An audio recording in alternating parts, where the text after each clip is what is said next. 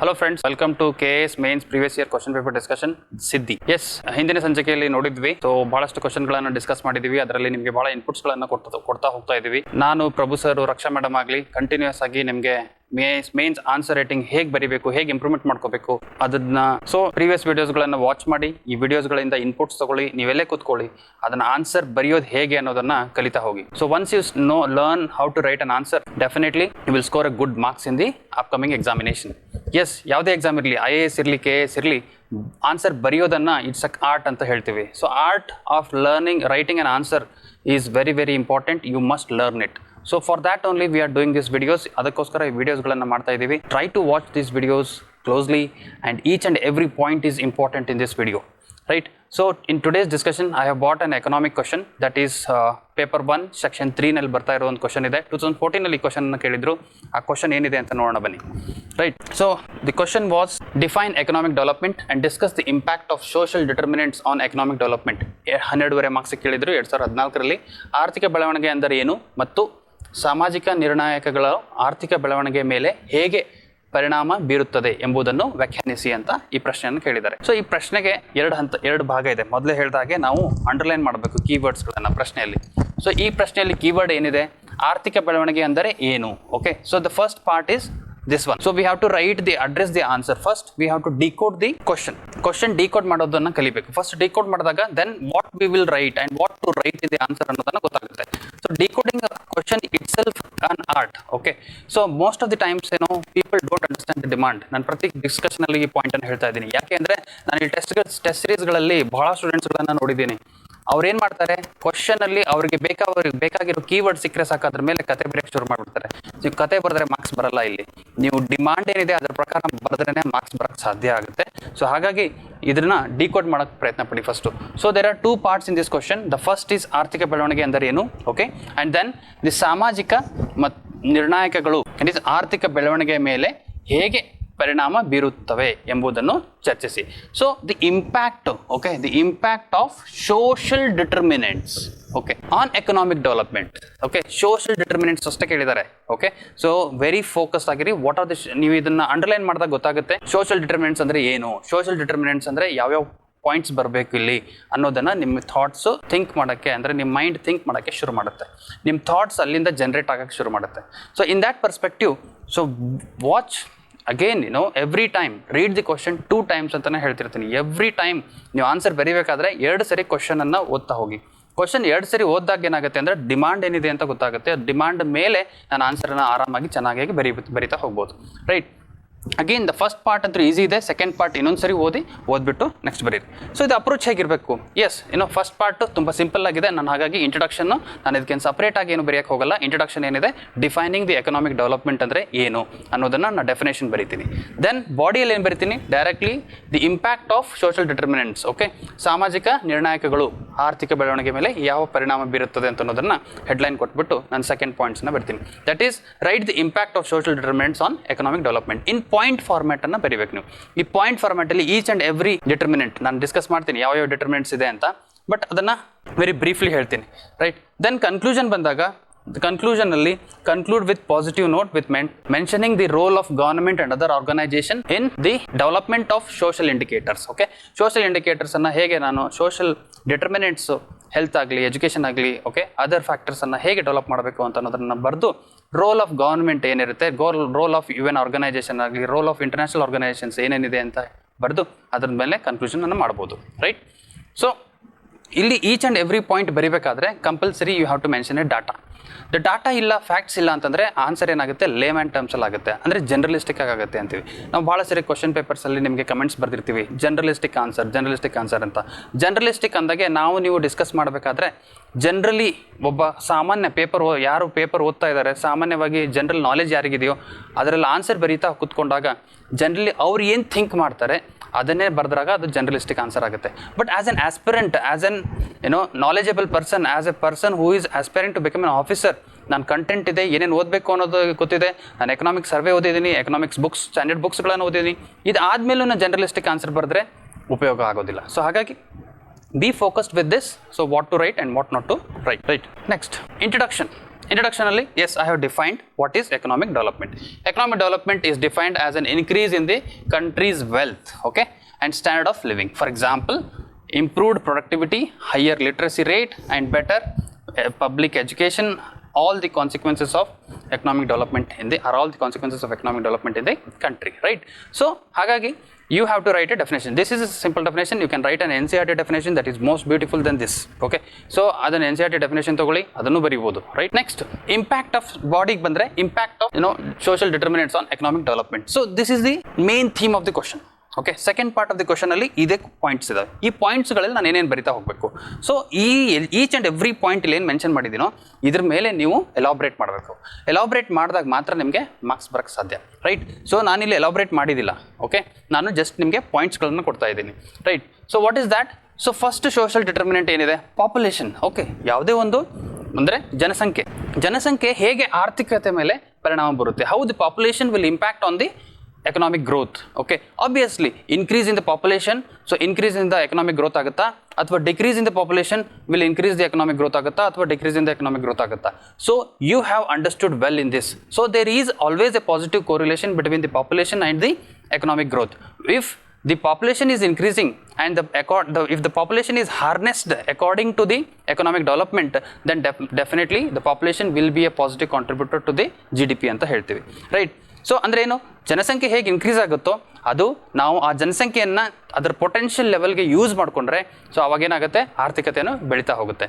Suppose ಆ potential ಲೆವೆಲ್ಗೆ use ಮಾಡ್ಕೊಳ್ಳಿಲ್ಲ ಅಂದರೆ ಬರೀ ಜನಸಂಖ್ಯೆ ಬೆಳೀತಾ ಇದೆ, ನಾನು ಸರ್ಕಾರ ಆಗಲಿ ದೇಶದ ಇನ್ಸ್ಟಿಟ್ಯೂಷನ್ಸ್ಗಳಾಗಲಿ ಆ ಜನಸಂಖ್ಯೆಯನ್ನು ಪ್ರಾಪರ್ ವೇನಲ್ಲಿ ಅದನ್ನು ಜನಸಂಖ್ಯೆ ಅಂದರೆ ಹ್ಯೂಮನ್ ಕ್ಯಾಪಿಟಲ್ ಅಂತ ಹೇಳ್ತೀವಿ, ಆ ಹ್ಯೂಮನ್ ಕ್ಯಾಪಿಟಲ್ ಕನ್ವರ್ಟ್ ಮಾಡಲಿಲ್ಲ ಅಂತಂದರೆ obviously the economic growth will decrease. So ಆ ಥರ ಒಂದು ಎಕ್ಸ್ಪ್ಲನೇಷನ್ ಕೊಟ್ಟಾಗ definitely you will see.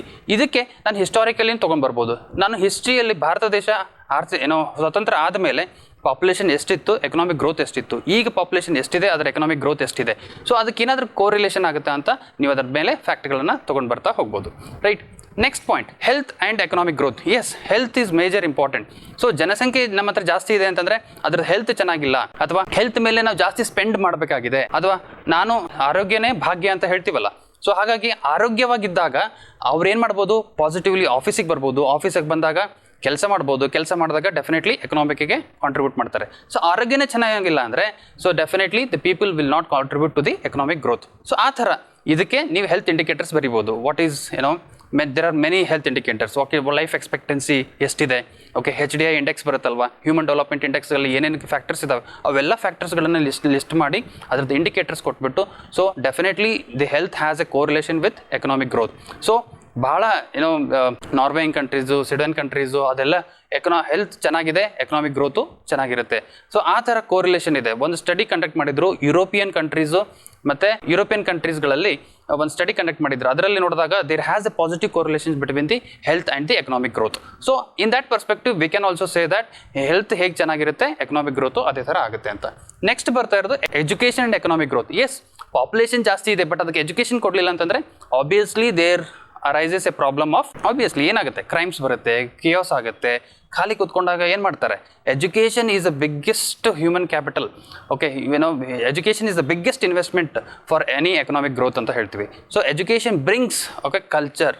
Okay, education with culture will bring a economic development ಅಂತ ಹೇಳ್ಬೋದು, ರೈಟ್? ಲೈಕ್ ದಿಸ್ ಎಜುಕೇಷನ್ ಹೇಗೆ ಕಾಂಟ್ರಿಬ್ಯೂಟ್ ಮಾಡುತ್ತೆ ಅಂತ ಅನ್ನೋದನ್ನು ನೀವು ಡೀಟೇಲ್ಡಾಗಿ ಎಕ್ಸ್ಪ್ಲೇನ್ ಮಾಡ್ಬೋದು ಇದರಲ್ಲಿ. ಓಕೆ, ಬಿಸ್ obviously education, science and technology, okay, means engineers ಬಂದರೆ ಇಂಜಿನಿಯರ್ಸ್ ಇನ್ವೆನ್ಷನ್ ಮಾಡ್ತಾರೆ, ರೈಟ್? ಈ ಮೆಡಿಕಲ್ ಫೀಲ್ಡಲ್ಲಿ ಕೊಟ್ಟರೆ ಡೆಫಿನೆಟ್ಲಿ ಅವರು ಇನ್ವೆಂಟ್ ಮಾಡಿಬಿಟ್ಟು, ಈಗ ಫಾರ್ ಎಕ್ಸಾಂಪಲ್ ಕೋವಿಡ್ ವ್ಯಾಕ್ಸಿನ್ ಅಂತ ತೊಗೊಂಡ್ರೆ it's a biggest achievement of India, right? So ಅದು ಹೇಗಾಗುತ್ತೆ, ಅದು through education. So education will also have a positive impact on the economic growth. Okay, then development and economic growth. Yes, development in overall perspective. Okay, development ಹೇಗಾಗುತ್ತೆ ಅದ್ರ ಪ್ರಕಾರನೇ economic growth ಆಗುತ್ತೆ. Whole economy as a such ಅಂತ ತಗೊಂಡಾಗ the development of a region, development of an individual, development of family, development of N all the sectors is very very important for economic growth. Like this you have to explain. Okay, ಅಭಿವೃದ್ಧಿ ಮತ್ತು ಆರ್ಥಿಕ ಬೆಳವಣಿಗೆ, ಶಿಕ್ಷಣ ಮತ್ತು ಆರ್ಥಿಕ ಬೆಳವಣಿಗೆ, ಆರೋಗ್ಯ ಮತ್ತು ಆರ್ಥಿಕ ಬೆಳವಣಿಗೆ, ಜನಸಂಖ್ಯೆ ಮತ್ತು ಆರ್ಥಿಕ ಬೆಳವಣಿಗೆ.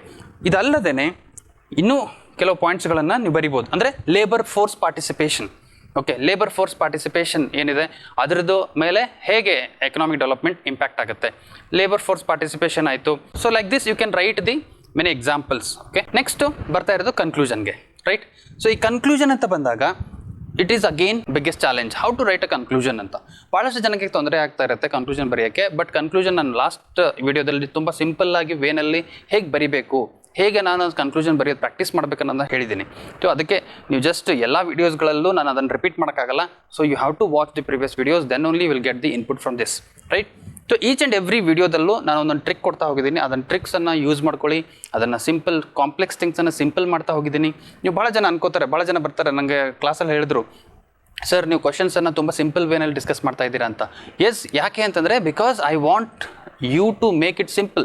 ಇದು ಕಾಂಪ್ಲೆಕ್ಸ್ ಕ್ವಶನ್ಸ್ ಅಲ್ವೇ ಅಲ್ಲ, ಸಿಂಪಲ್ ಕ್ವಶನ್ ಇದೆ, ಸಿಂಪಲಾಗಿ ಅಪ್ರೋಚ್ ಮಾಡಿ. ನೀವು ಕಾಂಪ್ಲೆಕ್ಸ್ ಕ್ವಶನ್ಸ್ಗಳನ್ನು ಕಾಂಪ್ಲೆಕ್ಸ್ ಆಗಿ ತೊಗೊಂಡ್ರೆ ಆನ್ಸರ್ ಬರೆಯೋಕ್ಕಾಗಲ್ಲ. ಕಾಂಪ್ಲೆಕ್ಸ್ ಕ್ವಶನ್ಗಳನ್ನು ಸಿಂಪಲ್ ಮಾಡೋದೇ it is our duty, and it is also your duty because you will be writing the examination hall ಒಳಗೆ ಕೂತ್ಕೊಂಡಿರ್ತೀರ.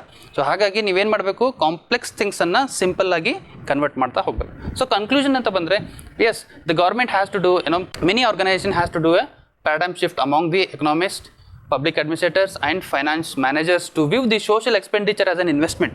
Okay, social expenditure as an investment ಅಂತ ನೋಡಬೇಕು. ಓಕೆ, ಈ ಹೆಲ್ತ್ ಮೇಲೆ ಖರ್ಚು ಮಾಡ್ತಾ ಇದ್ದೀರಪ್ಪ, ಜಾಸ್ತಿ ಖರ್ಚು ಮಾಡ್ತಾ ಇದ್ದೀವಿ, ಅದು ತುಂಬ ನೆಗೆಟಿವ್ ಆಗ್ತಿದೆ ಅಂತ ಥಿಂಕ್ ಮಾಡಬಾರ್ದು. ಹೆಲ್ತ್ ಮೇಲೆ ಜಾಸ್ತಿ ಖರ್ಚು ಮಾಡಿದ್ರೆ ಗೌರ್ಮೆಂಟು, ಸರ್ಕಾರ ಇನ್ವೆಸ್ಟ್ ಮಾಡಿದಾಗ obviously the people in the country will be healthier ಇದ್ದಾಗ ಎಕನಾಮಿಕ್ಗೆ ಕಾಂಟ್ರಿಬ್ಯೂಟ್ ಮಾಡ್ತಾರೆ, ರೈಟ್. ಎಜುಕೇಷನ್ ಮೇಲೆ ಸ್ಪೆಂಡ್ ಜಾಸ್ತಿ ಮಾಡ್ತಾ ಇದ್ದೀವಿ ಅಂತ ತಿಳ್ಕೊಬೇಡಿ. ಸೊ ಯಾಕೆ, because education will definitely contribute to the economic development. Okay, environment ಮೇಲೆ ನಾವು ಜಾಸ್ತಿ ಖರ್ಚು ಮಾಡ್ತಾ ಇದ್ದೀವಿ. ನಾವು ಎಕನಾಮಿಕ್ ಡೆವಲಪ್ಮೆಂಟ್ಗೆ environment is also major factor. Okay, labours ಮೇಲೆ ನಾನು ತುಂಬ ಖರ್ಚು ಮಾಡ್ತಾ ಇದ್ದೀವಿ, ಅದಕ್ಕೆ ಅಂತಂದರೆ like again this will also contribute to the economic growth. Okay, so each and every sector ಮೇಲೆ ಈಗ ಸೋಷಲ್ ಸ್ಕೀಮ್ಸ್ ಏನು ಮಾಡ್ತಾ ಇದ್ದಾರೆ ಸರ್ಕಾರ, ಅವೆಲ್ಲ ಸೋಷಲ್ ಸ್ಕೀಮ್ಸ್ ಮೇಲೆ ಸ್ಪೆಂಡಿಂಗ್ ಏನಿದೆ ಇಟ್ ಈಸ್ ಅನ್ನೆಸೆಸರಿ ಅಂತ ತಿಳ್ಕೊಂಡ್ರೆ ಡೆಫಿನೆಟ್ಲಿ ಏನಾಗುತ್ತೆ, ಇದು ಎಕನಾಮಿಕ್ ಗ್ರೋತ್ ಆಗೋದಿಲ್ಲ. Okay, so social determinants are more important. We should see it as an investment rather than as an waste of money ಅಂತ ಕನ್ಕ್ಲೂಷನ್ ಅನ್ನು ಬರೀತಾ ಹೋಗಬೇಕು. Okay, so quality of education of the people such as improving the longitudity of life, health, education, development of labor, environment, peace, livelihood, guarantee people productivity, okay, and development. So investing in social aspect would accumulate the human capital, being considered as an important intangible resource. Okay, so this can be a good conclusion. Yes, thank you for watching the video, and please do like and comment, because your comments will encourage us to make the more number of videos. Okay, so illa antandre namge enagibidutte, so comment bartilla andre people are not watching it, people are not looking at it, so they don't need there is no demand for it anta ankondo we stop the discussions, right? So if you want more number of discussions on this, please do like and comment on the video. Thank you. Please do share with the other people also, because bhala jana ಗೊತ್ತಿರಲ್ಲ ಅದಕ್ಕೆ. Okay, so ಹಾಗಾಗಿ share ಮಾಡಿ. ಇದು ತುಂಬ important ಇದೆ. ಮೇನ್ಸಲ್ಲಿ high score ಮಾಡಿದ್ರೆ ಮಾತ್ರ result ಬರೋದು.